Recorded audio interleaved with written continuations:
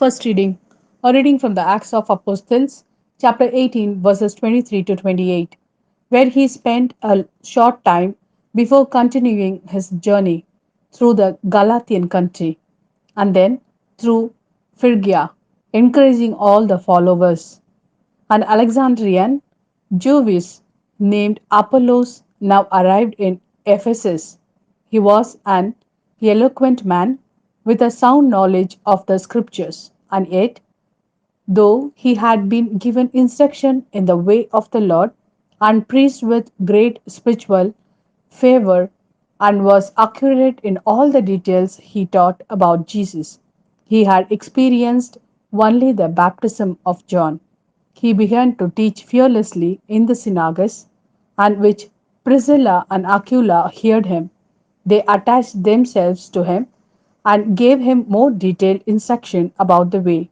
When Apollos thought of crossing over to Achaia, the brothers encouraged him and wrote asking the disciples to welcome him.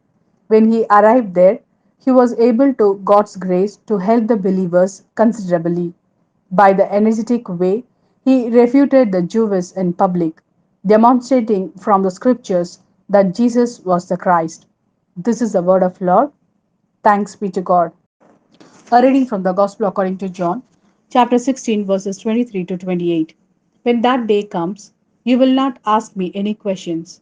In all truth, I tell you, anything you ask from the Father, he will grant in my name. Until now, you have not asked anything in my name. Ask, and you will receive, and so your joy will be complete. I have been telling you these things in valid language. The hour is coming when I shall no longer speak to you in valid language, but tell you about the Father in plain words.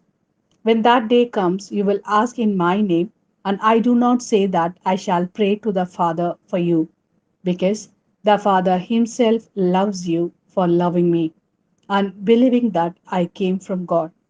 I came from the Father and have come into the world, and now I'm leaving the world to go to the Father.